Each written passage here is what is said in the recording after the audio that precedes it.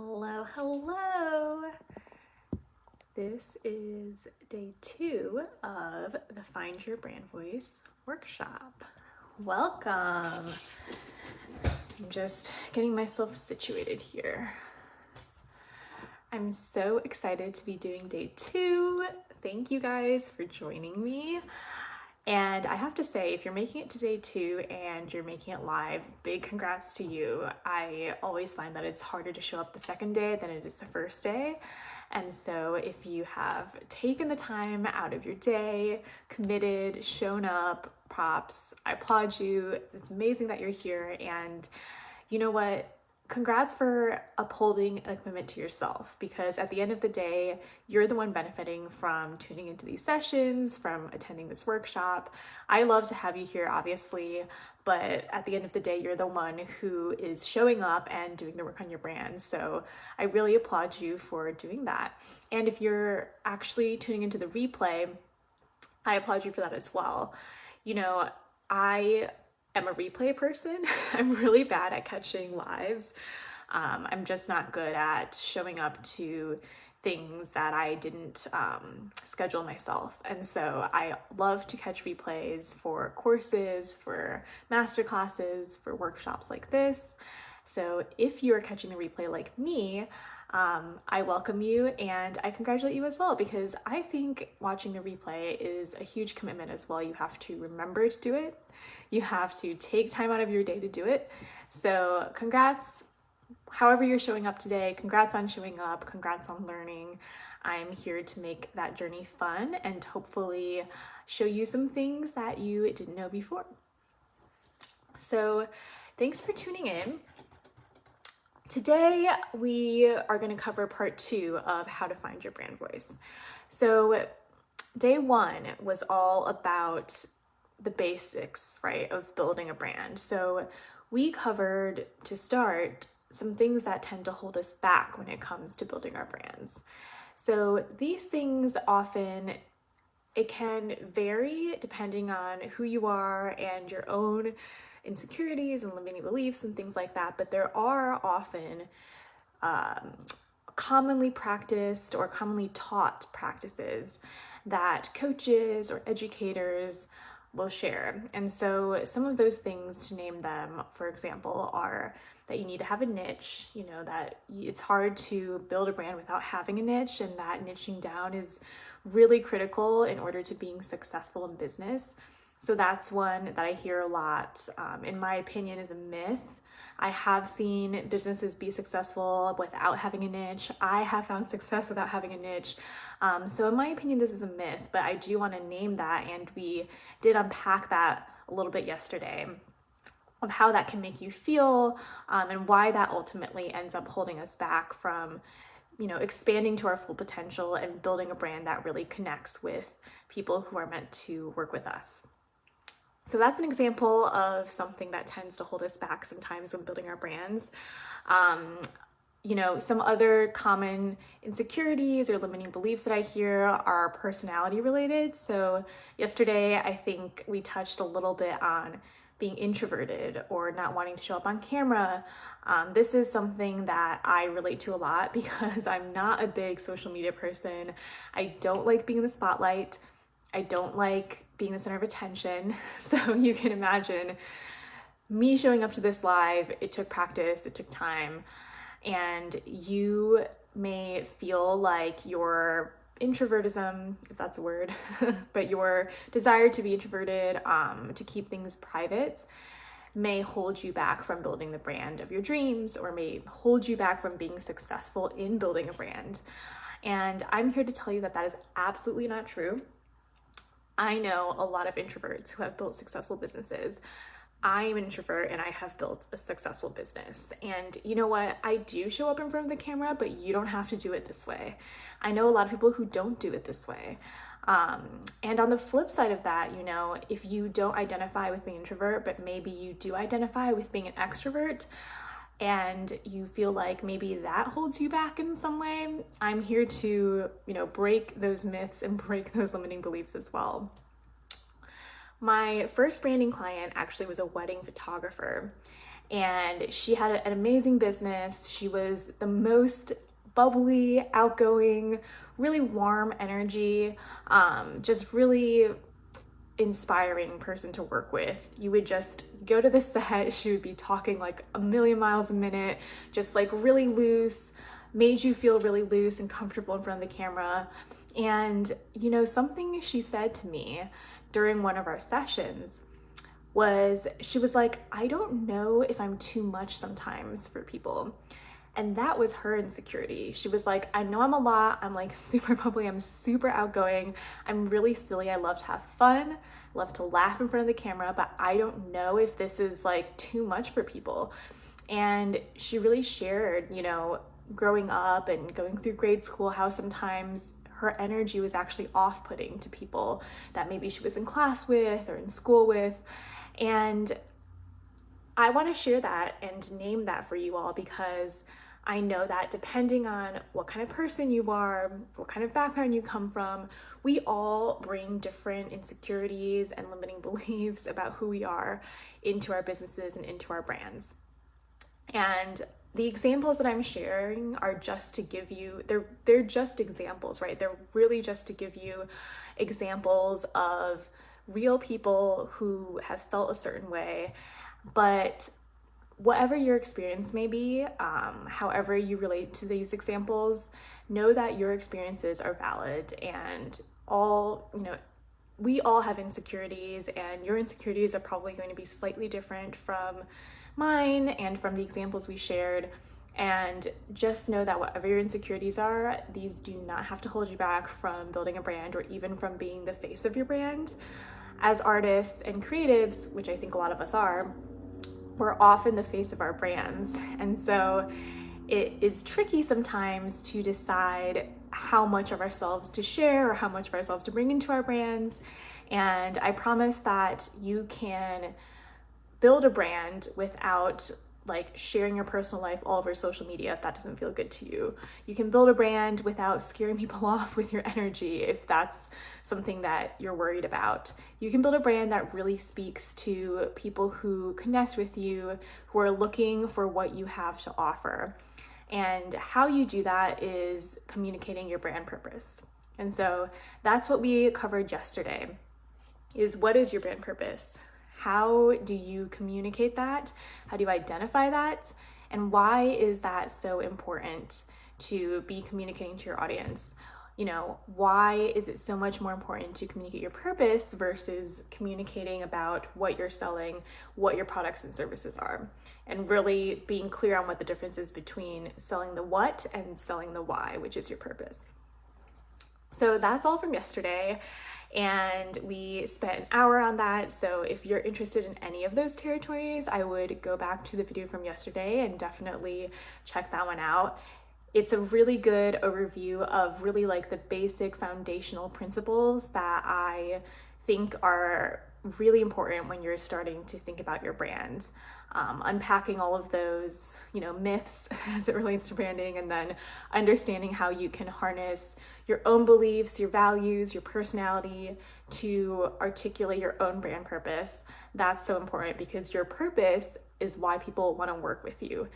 It's not really always your products. People are buying your products, but your products are a way in on how you deliver your purpose, right? Your products are just like the way that you execute your purpose, but your purpose and your why is really that emotional transformation that people will connect with at a higher level. And so that's so important when you're thinking about building your brand.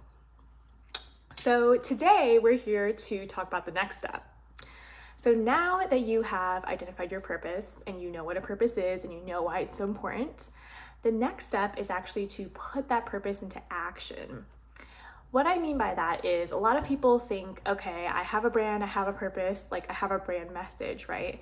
And the way that you deliver that message is by telling people about it. For sure, you should tell people. You should tell people about your purpose. You should definitely articulate that, especially if you do sales calls or you're speaking to clients in person or one-on-one or directly. But that's not the only way to build a brand.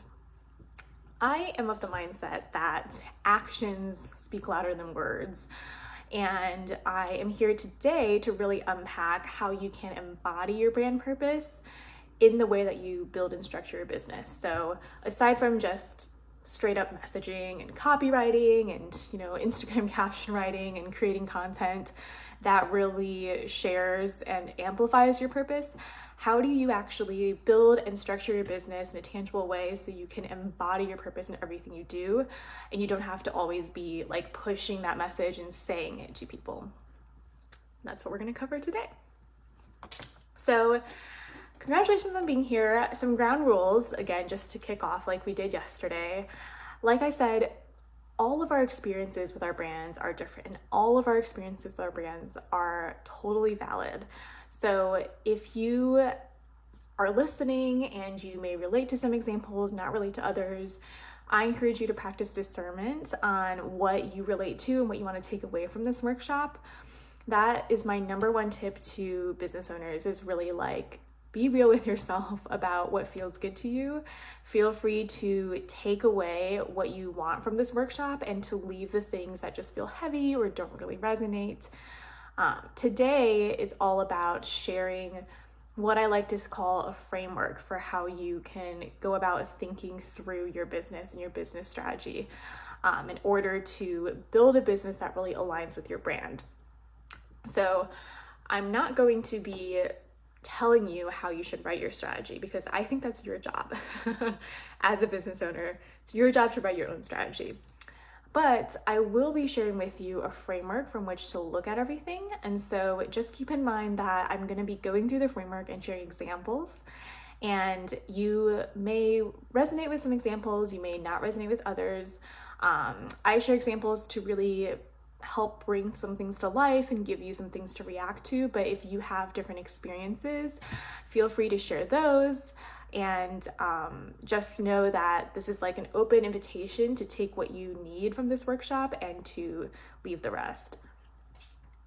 And then, as always, I always welcome and encourage open dialogue. So if you have any questions throughout this video, or if you're watching the replay and you have follow-up questions, feel free to message me, feel free to email me.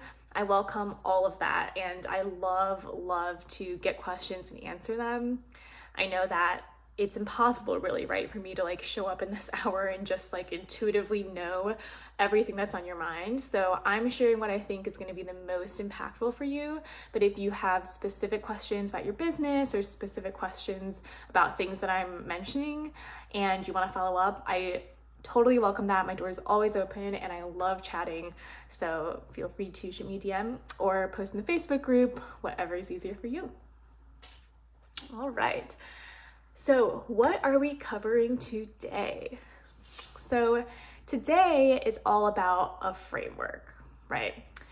I'm going to give you a framework that is very helpful for analyzing and building your business in order to make sure that your business and everything you do is on brand. So when I was starting my brand, thinking back, even now this happens to me sometimes, but when you're starting to work on your business, it's kind of hard to know where to start, right? I started by coming up with a logo, coming up with a business name, and then building a website. Then you kind of post all of your products and services on your website. Okay, now you have a new product idea, so now you go to set that up. Oh, but then someone tells you you should be working on a blog because that's really helpful for SEO. So then you go over there and work on a blog for a little bit. But that's not really getting a lot of traction. And while you're working on your blog, your Instagram's kind of falling on the wayside. So now you shift your focus back to the Instagram. You're kind of neglecting Facebook. You haven't posted on anything on Pinterest in a while. Your, Dubsado or Honeybook is a mess. So, okay, put Instagram on hold. Let's work on Dubsado and Honeybook. Let's get all of those forms formatted correctly, etc.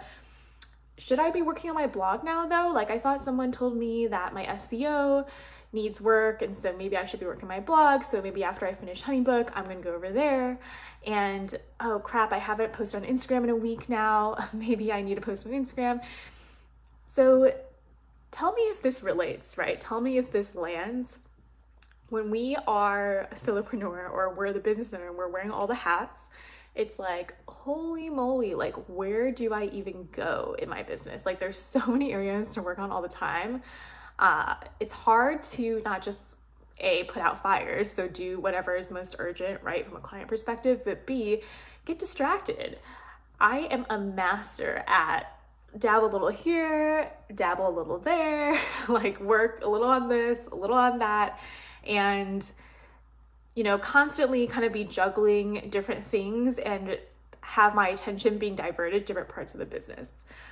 So let me know if this lands for you, if I'm not the only one. But this experience is the reason why we're having a discussion today. So my goal in today's session is to give you a framework that you can use to approach your business. This is not meant to be a business strategy. So I'm not going to tell you like, hey, this is how you should structure your business. I'm going to tell you, hey, here's a framework through which you should look at your business. Think of it like a lens, right? Like glasses almost. Like look at your business through this lens, decide where you want to work on, what changes you want to make, what things you want to cut out, what things you want to build. You make all those decisions. You decide how to structure your business. You decide how to build the house. But here is basically a checklist of things that you should be thinking about. That is the purpose of today's session. I am not here to tell you how to write your strategy. I'm also not here to tell you how you should be creating content, how you should be writing your messaging or your sales pages. I'm not here to be your marketing manager, so I'm not here to tell you how you should be promoting. I really believe that as a business owner, we all have to be the owners of our strategy. So even if one day you do hire a marketing manager, and even if one day you do hire a social media manager, even if one day you outsource all of your marketing and brand work to somebody else so you never ever have to touch it again, I still believe that you, as a business owner, it's so important for you to still have visibility and be the driver, the author of your own strategy, because you want to understand the reason why you're doing everything, the reason why your products are the way they are, the reason why your messaging says what it does. And all of these things work together to create your brand and to create other people's perception of your business. So super important that even if you do want to offboard some of these brand or marketing related areas in the future, you still understand the strategy and the why behind everything that you're doing and everything that you're putting out into the world. And so that's why we're talking about the framework today. I'm not going to give you the strategy because I think you should be in charge of that. So take today's framework, personalize it, take away the parts that are most relevant for your business, take away what changes you want to make to your business. I'm not going to tell you what that should be, but hopefully through today's conversation and the questions and the discussion topics, you can come up with your own strategy. And today, the goal is really to make sure that we're taking into account every part of your business so that nothing gets left behind, so that you don't feel distracted by different things that you feel like you need to be doing at any certain point in time. No, we're going to sit down and really take a 360-degree look at your business and everything that composes your brand, everything that creates and goes into curating other people's perception of what your brand is and what your business is. Okay, so that is the agenda for today. And keep in mind, today is going to be an hour-long session, right? So in Brand Camp, and with private clients, we spend 2 to 3 weeks on this part just to be able to go super deep. So today I'm really going to hit on each section and give you a short explanation and ask, some questions that you might be able to ask yourself in order to make decisions in your business. But just know, if you have follow-up questions, feel free to send them my way. Feel free to comment, feel free to reach out, because it really is going to be a little bit of a high-level overview today because I am just trying to get everything into the hour that we have together. All right, so actions speak louder than words, right? Remember from yesterday, we talked a lot about your brand purpose and how it's so important to identify your purpose and to communicate that to your audience, because your purpose is the reason why people are buying from you. Your purpose is not the what of what you're selling. It's not your actual products and services, but your purpose is why you do what you do, what inspires you, what motivates you to create. And oftentimes that is also the same reason why someone will buy from you. The reason you're inspired to create something is probably the same reason why someone else is looking for the thing that you are creating. So your purpose. The question is, how do you communicate that purpose to your audience, right? One way is through messaging, through copywriting, through sales page, through literally like telling people what your purpose is. And I 100% support this. I do this in my business, of course, especially, in sales calls. It's really important to find different ways to like vocalize your purpose and make sure that that's landing with people. But what is often overlooked is that actions speak louder than words. So how can we embody our purposes? How can we build a business that actually, embodies our purpose, our why, our mission, so that every time someone interacts with us in any type of way, it's really apparent what our purpose is and what our why is.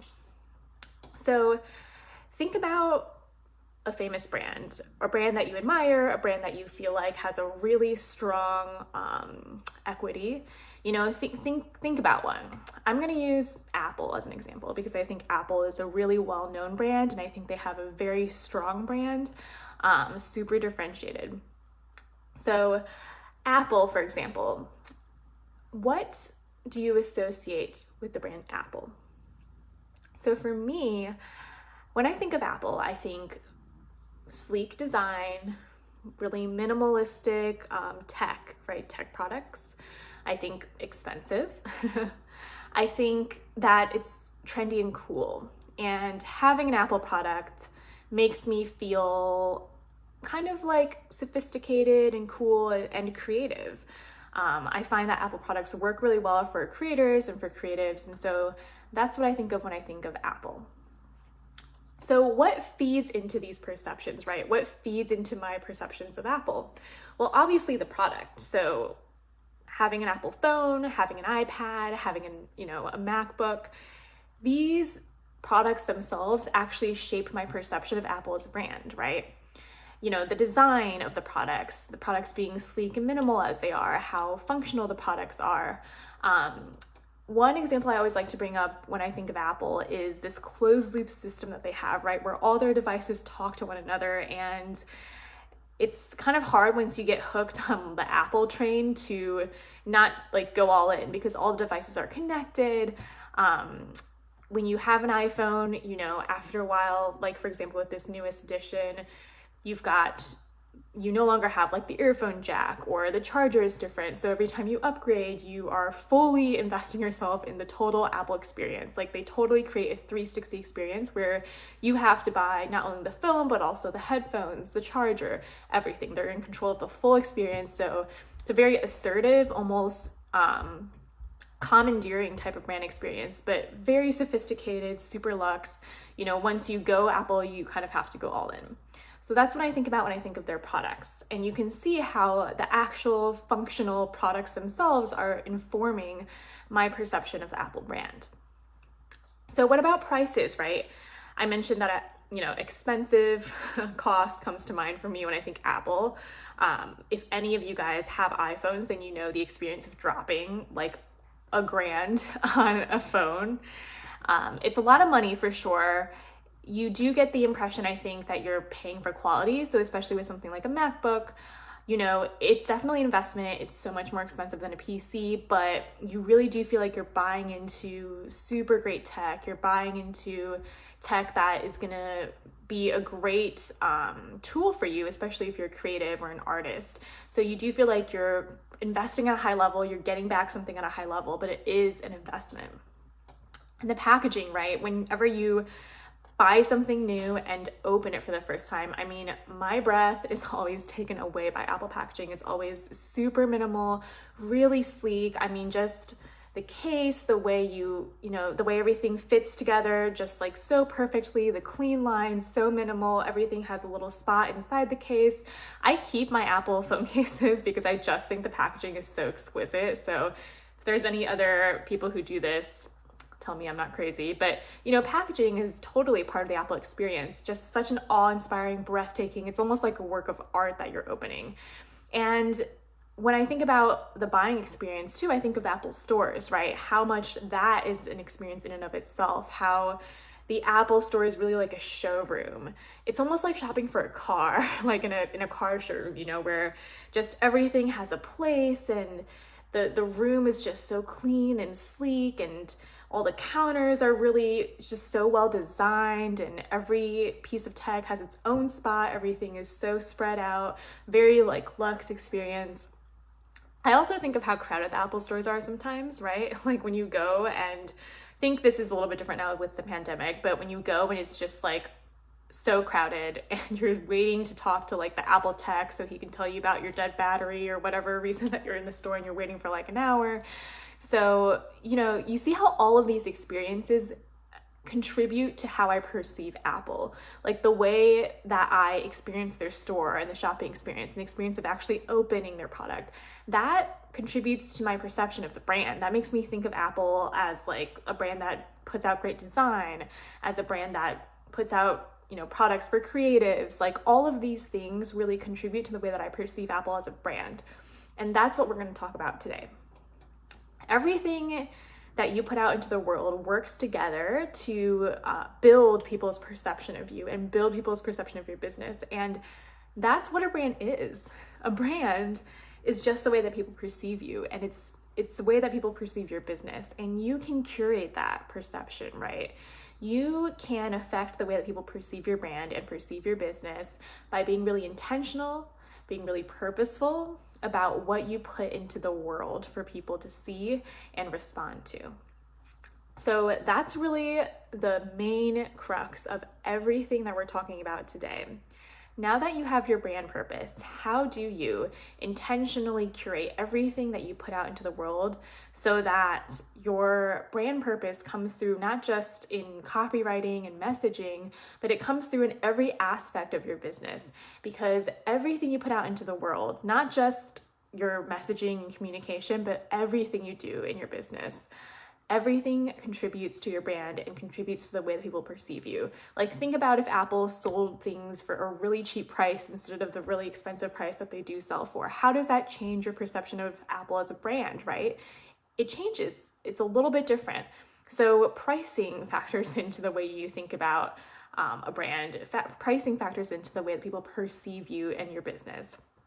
So today we're going to really unpack all the different areas in your business to think about when you're thinking about your brand, because it's not just your purpose and it's not just your messaging and copywriting. It is so much more than that. And if you are someone who isn't super gung-ho about marketing and who doesn't love like posting on social media, then today's the session for you, because we're talking through all the other things that make up your brand and all the other ways in which you can bring your purpose to life that is not just talking and selling and writing fancy copy. So your purpose, which we talked about yesterday, is really what I like to call the North Star of your business. That is the first step to building a brand, is to really identify your purpose, because you want everything else you do in your business to tie back to that purpose, okay? So today we're going to go through the other areas of your business to think about and where else you can build and how else you can think about bringing your purpose to life. So you have your purpose, you know what you stand for as a brand. Now you can start thinking about your products and how they fit into that, right? Now you start thinking about your pricing and how your pricing ties back to your purpose. Now you can think about your packaging. How does your packaging help convey your purpose and convey that experience and convey the why of what you do, what you sell? How does where you show up play in? So this is what I call placement. So how does placement, where you place your products, where you show up to be seen, what does that say? So for Apple, this is like their stores. How does that store experience play into your perception of their brand? How does your shopping experience play into people's perception of your brand? How does your shopping experience build upon your brand purpose or embody your brand purpose, right? And then the last one that I want to talk about is promotion. So in what way are you promoting your offers, promoting your products, promoting yourself? This a lot of times looks like, talking about what you sell on social media, but there's other ways to promote that don't involve like showing your face. For example, like, do you offer discounts? What kind of, pre-launch events are you doing? Like, what other types of products might you be creating to lead into someone actually buying from you? These are all ways in which you can promote as well. So I want to really unpack each of these areas today and, just talk through some things that you can keep in mind as you go through your business and build your business and try to build a business that really connects back to your purpose. When I worked in corporate, we would actually use this framework. So this start with the purpose, and then we would go through the product, the price, the package, the placement, and the promotion plan for every product that we launched. So I've done this so many times. And I will say, doing it for your own business is a lot more intense because you're a lot more invested in everything, every part of the business, every part of the framework you're more invested in. But this is a really good way to just get started and make sure that you're thinking about things holistically and that everything you do is intentional. You're not just like arbitrarily picking a price, right? Like, you're picking a price with intention and with purpose, and the price plays a role in your purpose and the brand image that you're curating. So let me walk through each of these areas, and you can walk through each of these areas for your own biz. And kind of apply the learnings as you see fit for your own business. Okay, so first of all, product. This is literally what you're selling. You probably don't need a lot of help here because most of us do not have trouble coming up with ideas. Most of us, we can come up with product ideas. Like, most of us probably have too many product ideas. Let's just be real. So I'm not going to explain to you how to come up with product ideas. You probably have more than enough of those. What I will say is, are you being intentional about picking the products to launch that really tie back to your purpose and tie back to your why? Or do you understand how each of your products plays a role and what role each of your products plays? So let me unpack this a little bit and give you some examples, right? So let's go back to the Apple example. So Apple sells different types of products, right? So what kind of products do they sell? They sell phones, they sell, iPads and tablets, they sell MacBooks, and each of these products plays a little bit different role and meets someone's needs in a little bit different way. I use my phone, every day for like daily communication and connectivity with the rest of the world. I might use a tablet to actually design things, and that is different. It's a different purpose. It serves a different need than the phone, right? So really just understanding like each of your offers, what is a different role that each offer plays? How does the offer meet somebody's needs in a different way? So another example, I'll share a client example. I have a client who is a book author. So she is writing a children's book, and that book is published on Amazon. So she is one of those people like me and possibly like you, where she has a ton of ideas and all of these new products that she wants to launch. So she has her book, which is her main offer. And then she has like a Kindle version of the book. So the children's book that she wrote has songs in it and vocabulary. It's a long book, and it's interactive, and there's like buttons you can press. The book will sing to you. It's for little kids. It's for little kids, not adults. And so that's her main offer, is the actual book. But in addition to the book, she has a Kindle version. So like an ebook version that just has the text and not obviously the physical buttons and everything you can press. She also has a song version of the ebook where it's like just songs and the song lyrics. She also has an MP3 file of like just the songs. She also wants to do a paperback book of just the songs and the lyrics. So she has all these ideas. And these ideas are amazing. She also wants to do like worksheets, for her kids, and to post to the internet with, the worksheets will like tie back to the book and they use the same vocabulary. So she has so many ideas, and we spent a session last week really just talking through the role that each of these products plays. And what I mean by that is her main offer is the book. Now, she also has these kind of supplementary offers like the Kindle version, so the digital version of the book, or the MP3 file, which is just the songs that come from the book. And what we realized is one person could be buying all of these things. her book is the main thing she wants to sell, but that's also the most expensive thing, right? Because it's the most, it has everything. And then she's kind of broken out different parts of the book into these more bite-sized offers. So you can buy just the songs, or you can buy just the e-file. And the role that all of these smaller offers plays is these smaller offers help to drive purchase towards the bigger offer, which is the book. So as someone in her audience, maybe I hear a song from her. It's really catchy. I think my kids will like it. So I decide to purchase the songbook and download the MP3 file. And that's, let's say, like $10, versus like the $20 that the book is. So I pay $10 for the songs, feel great about it. It's not a lot of money. Then I'm like, wow, these songs are so catchy. My kids are learning from the songs. Maybe I want to buy the book now and have also the vocabulary and be able to like read with my kids before bedtime. So now I'm going to trade up. I'm going to trade up to buying the more expensive offer, which is the full book. So this is an example of, products on a spectrum. Your products can work together and create kind of like this synergy where maybe you have an intro offer and then maybe someone can trade up and then trade up again. And then that's how you bring them kind of into your funnel. So that's one way to think about it. Another way you could think about it too is different products for different audiences, right?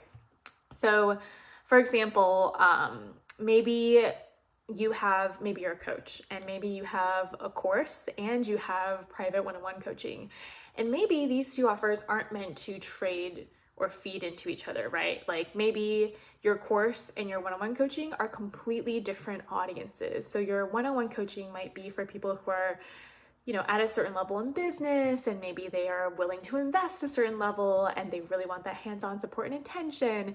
And then your course maybe is for people who are more entry-level business owners. And so it's like a lower cost offer that they can invest in, and they might be a little bit more like of a DIY entrepreneur. So they want to, just work stuff out on their own and they don't need that hands-on assistance. So you can see how in this case, your products are really selling to two different audiences, right?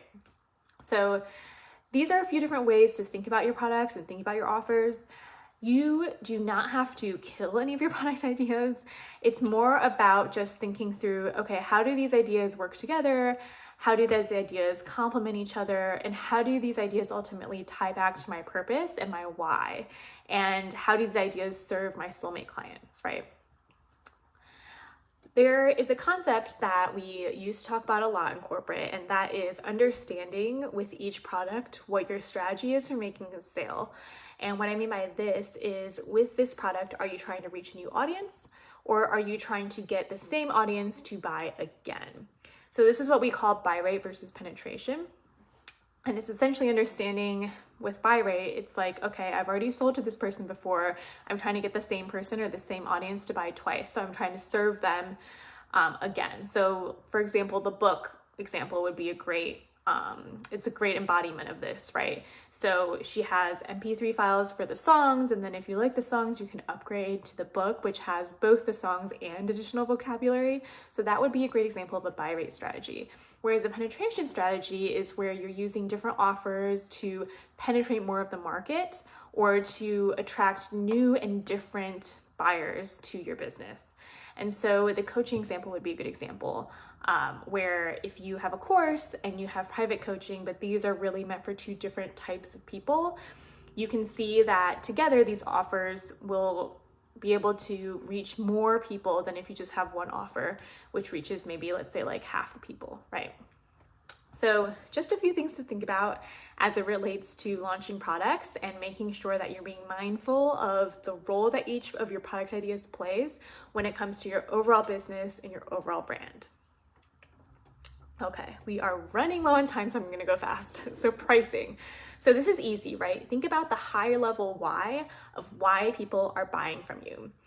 And this, I think, is where a lot of the imposter syndrome stuff starts to come in. So for me, when I was starting my business, I was selling wedding invitations. And I knew that I wanted to charge a certain price, but I felt like a total imposter doing it. I'd never made wedding invitations before professionally for, a client. And I was learning as I went but I wanted to charge a certain price. It was a very premium price. And I was just like, who the heck would buy these? Who the heck would pay this price for essentially like pieces of paper, right? That's what wedding invitations are. It's like pieces of paper. How much would you be willing to pay for a few pieces of paper? Like not a lot, right? It's really hard for me to get behind the price that I wanted to charge. So what my invitation is here is to not think about necessarily pricing from the standpoint of what you think people are willing to pay, but think about pricing from the standpoint of what price really matches the experience that you're trying to provide, or what price would people be willing to pay for the why, for your purpose, right? Not just for the what, so for your product, but for why they're buying and for the purpose, the greater emotional purpose that you're creating the product. So an example of this for wedding invitations. If you think about what wedding invitations are, they're really essentially just pieces of paper. So for me, it was really hard for me to get behind the price that I wanted to charge, because I was like, you can buy these from Minted for like literally, a third, a quarter of the cost that I'm charging, because I'm charging a design fee, I'm charging, fees for me to assemble everything, I mail it out on your behalf. There's a lot more that you're paying for from me, but at the end of the day, you're still getting pieces of paper. You're still buying. Like the what or the product is actually not that different from if you were to go somewhere like Minted, right? So another way to think about it though is why someone is buying from you. And this is, again, goes back to what we talked about yesterday of not building your brand around the what, but building your brand around the why. So if you think about it from the perspective of people are coming to me for wedding invitations because they cannot find something on Minted that resonates with them, and they don't feel like their story is being told through pre-made things that they can find online. Like they cannot find things online, existing things in mainstream media. They cannot find these things that represent who they are, that represent their story, that speaks to them as people. These people are coming to me because they want to feel seen. They want to feel heard. They want to feel like their story matters. So what are they paying for now? They're paying for the experience, right, of having their story told and feeling heard. And that's so much more powerful. And for that, you can charge so much more than if you were to simply charge something, if you were to simply charge someone for a few pieces of paper. So that's my biggest tip when it comes to pricing imposter syndrome. Really get back to why you're doing what you're doing, get back to your brand purpose and think about the price that really aligns with that purpose, not the price that aligns with the what of what you're selling, okay? It's also, I think, perfectly acceptable to start lower when it comes to pricing and work your way up to the price that you feel like really embodies your purpose. So, I, for example, have consistently raised my prices for invitations from when I first started work to now because I'm getting experience, I'm getting confidence, I'm getting more clarity on who my soulmate clients are, how to speak about my work in order to convert and book those clients. And so as I'm getting more experience and confidence, I'm able to really move my price and make it more in line with what I feel really matches my purpose and really matches my why. So open invitation to experiment and try that as well. Nothing needs to be like a stake in the ground from the start, right? Okay, packaging, the next area. So if you sell a product, this is pretty obvious. It's like the packaging that your product comes in, but more than that, I want you to think about packaging in terms of how your products and services are packaged, AKA how somebody interacts with your products and services. Not just literally opening a package, although that's also important, but really what is the total buying experience? What is the total experience of interacting with you? If you provide a service, how are those services packaged? What's your onboarding process? What's your offboarding process? How do people interact and work with you during the time that you're actually providing the services to them? That's what I really mean when it comes to packaging. Think about what type of experience really resonates with you, really matches your purpose and your why, or really plays to your strengths. So using myself as an example, For me, I am someone who I'm not super extroverted and I don't tend to do well in like really big groups of people, but I love having a one-on-one conversation. I get so much fulfillment out of that. I love connecting with people one-on-one. I feel like I can really listen and understand where they're coming from and speak to them like a real human being. So I love one-on-one calls personally. Like it's just my thing, it's my jam. And my purpose being what it is, to tell people stories and to make people feel seen and feel heard, that actually resonates and translates itself really well to a one-on-one experience, right? I can very effectively help someone feel seen and really feel like, really help someone feel like I'm understanding them and listening to them and bring their vision to life. I can really effectively do that in a one-on-one setting. Much easier than I could do that maybe than over email or over like an inquiry form, for example, right? I know a lot of invitation stationers who only use inquiry forms and only use, lead magnets and never get on a call with the client at all. And that's amazing. And I think if that is the way that feels good to you, that is amazing. And I'm not here to knock that at all, but I'm just sharing my experience and why I chose the one-on-one path, right? I chose this path because for me, it plays to my strengths and my personality, and it really embodies my purpose of helping people feel seen and feel heard and feel like their stories matter. So that's something to consider when you're thinking about how to package your products and package your services and package your experience, is like what really plays to your strengths and what kind of makes sense, right, for the experience you're providing and for the purpose, the why of what you're doing. So, and again, just to emphasize the point that there's like no right way to do this. For example, my business coach, Carly, she doesn't do lead calls anymore. I think she used to when I first started with her, but that's like not really her thing, right? That's totally my thing. I do it for all of my clients. Like I literally don't ever book a client without getting on the phone with them. It's a super important part of my process. I really feel like it helps me get to know them. It gets me excited to work with them. And we do things super differently. And yet she's my coach and I learn a lot from her. So all that to say, like there's no right one way to do things. I'm sharing experiences and examples to kind of bring to life different ways that I feel, ways that you may feel, but just know that however you choose to do things, as long as it's right for you, then it's right for you, right? It doesn't have to be right for me. It doesn't have to be right for anybody else. I just am sharing these examples to encourage you to find the way that works for you and find what's right for you. Okay, placement. That's the next part of your business to go through. So placement is really where you're showing up, right? Where you're showing up to sell, where people can find you. So this can be through any social media platform, obviously. So TikTok, Pinterest, Instagram, Facebook, what have you. It could be through your website. It could be in person. It could be through trade shows, networking. It could be through word of mouth referrals. Like where are you showing up to connect with your audience? So what I would encourage you to think about here is how different platforms might require different strategies and how different people might be hanging on different platforms.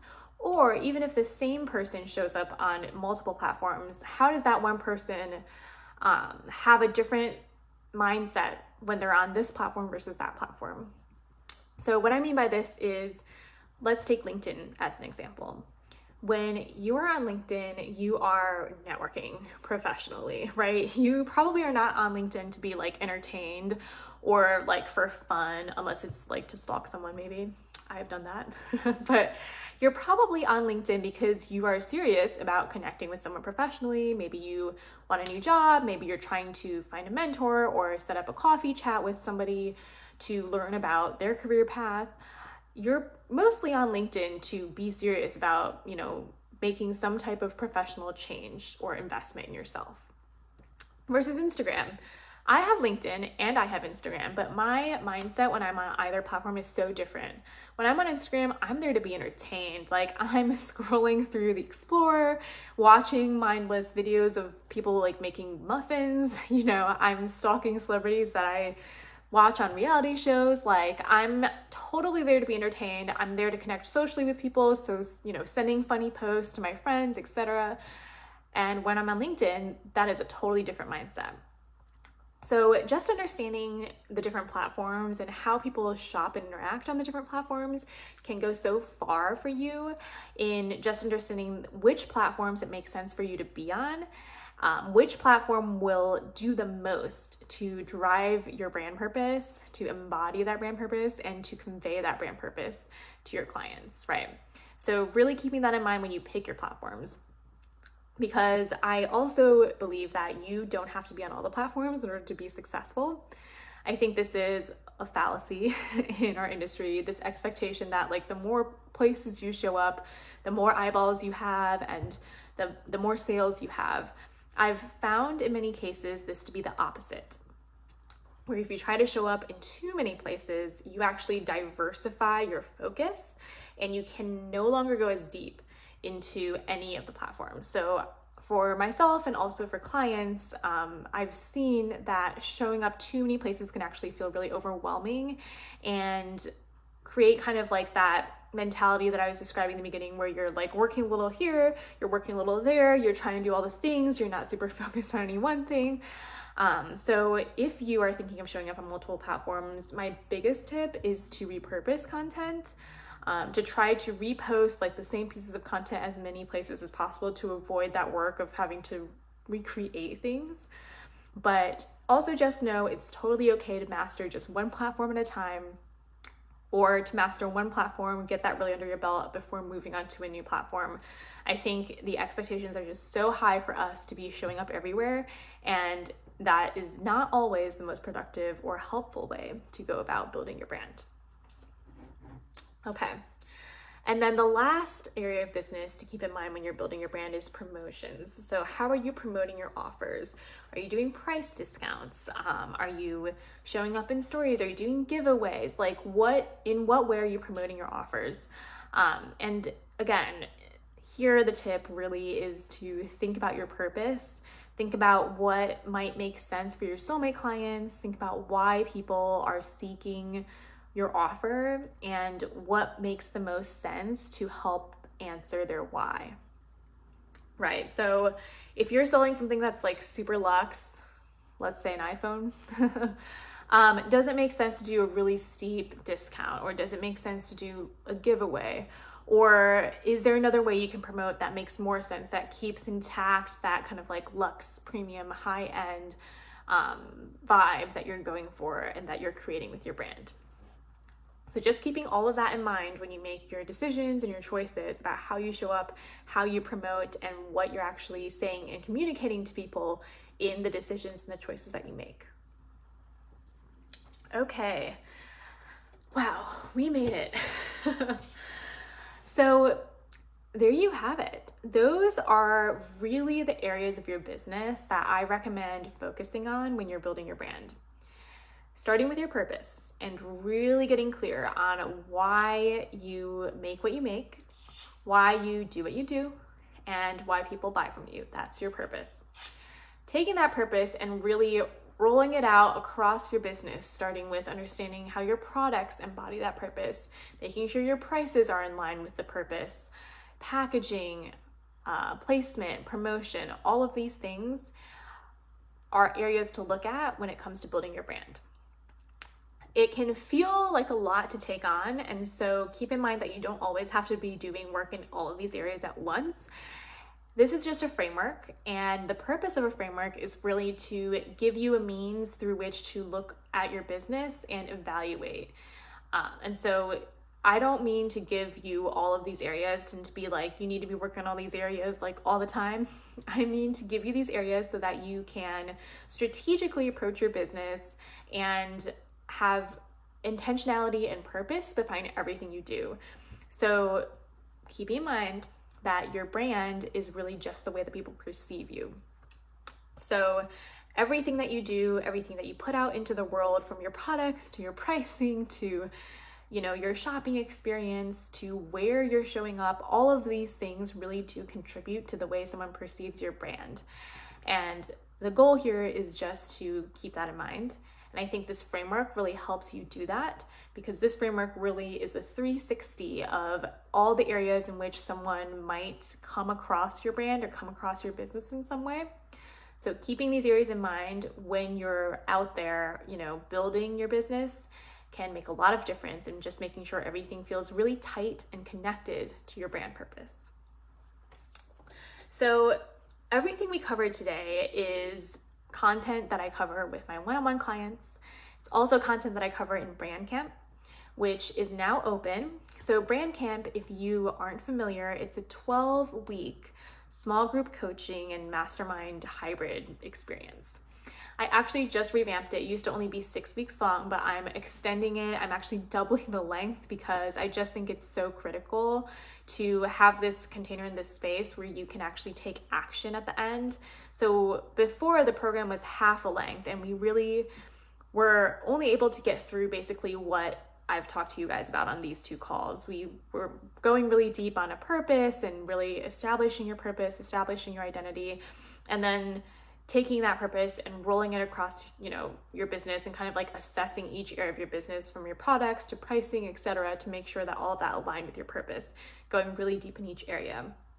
Now with the double length and Brand Camp, we really have time on the back end after you assess your business to set actionable goals, create a plan, and to really go out and execute that action plan. So that's what the second part of the program is for, and that's why I doubled it, is because I just think it's so powerful when you have accountability. So after you have assessed your business and put together your action plan, to be able to have a container and a space to show up to, every other week, and have a mastermind group to hold you accountable to doing the things you said you were going to do, to making those changes and building your business, that is so powerful, and it can really add structure and intentionality and purpose behind your business. Because I do find that for a lot of us, myself included, it's really easy to spend all of your days working on client stuff, especially when you have clients. It's hard to kind of like tear yourself away from the money-making activities, right? Like actually creating client work that needs to go out the door. But it's equally important for long-term growth to be working on your business, to be working on the strategy, to be working on your brand, to be working on, these areas of the business that we talked about today. And that's why Brand Camp is now doubled, so that the first part is really writing the strategy, creating your brand purpose, assessing your business, and how to move your business in the direction of your purpose. And then the second half is taking action, so really going out into the field and actually building and doing the work. So Brand Camp is open now. It's going to be open, I think, until March 31st. So for the next 2 weeks, it is a small group program. So first come, first serve. So if you are interested and you loved the sessions these last 2 days and you want to go deeper and you want to take things to the next level, go to the next step. Brand Camp is probably a good fit for you. You can find out more at the link in my bio on Instagram, or DM me for the link.